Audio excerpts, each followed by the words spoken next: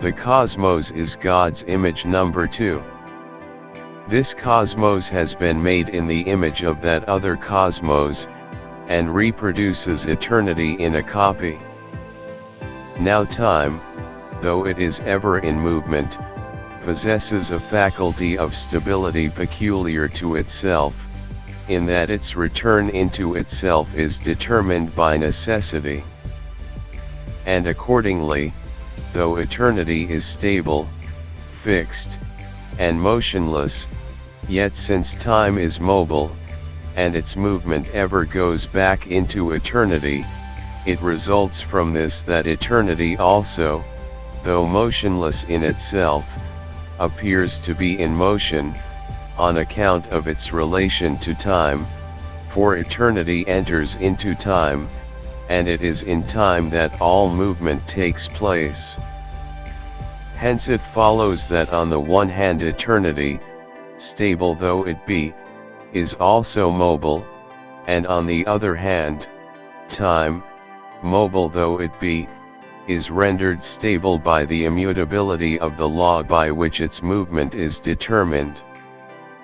And in this way it is possible to hold that God also moves within himself, though God, like eternity, is motionless, for the movement of God, being made stable by his greatness, is no movement, inasmuch as his greatness is necessarily motionless.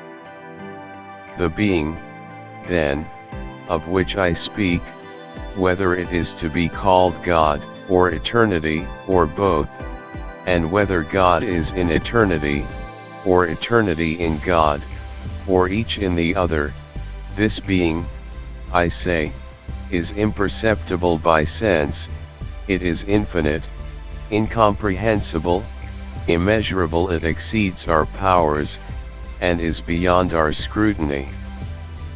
The place of it, the whither and the whence, the manner and quality of its being, are unknown to us.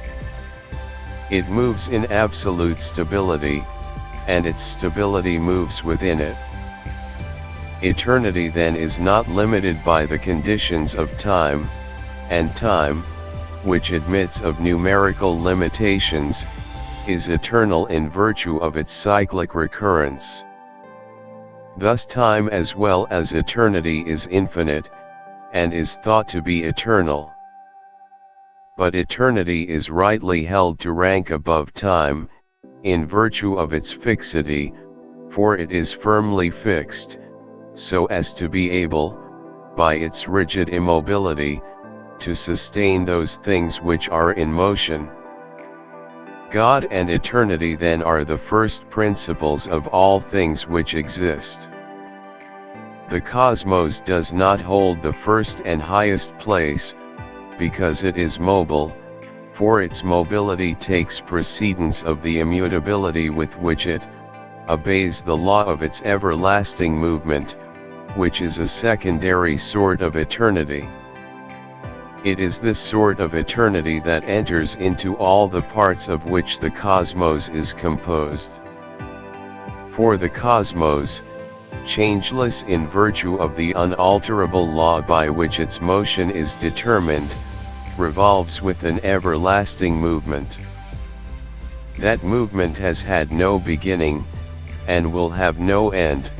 It manifests itself and disappears by turns in the several parts of the cosmos, and that in such fashion that again and again in the checkered course of time it manifests itself anew in those same parts in which it disappeared before.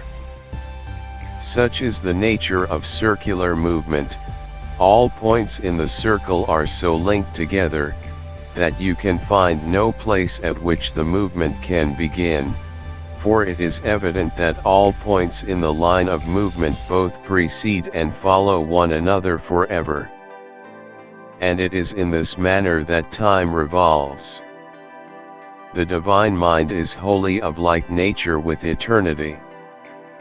It is motionless in itself, but though stable, is yet self-moving, it is holy, and incorruptible, and everlasting, and has all attributes yet higher, if higher there be, that can be assigned to the eternal life of the Supreme God, that life which stands fast in absolute reality. It is wholly filled with all things imperceptible to sense, and with all embracing knowledge. It is, so to speak, consubstantial with God.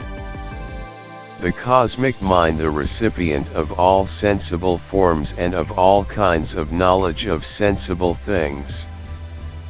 The human mind is, and is dependent on the retentiveness of man's memory, that is, on his remembrance of all his past experiences.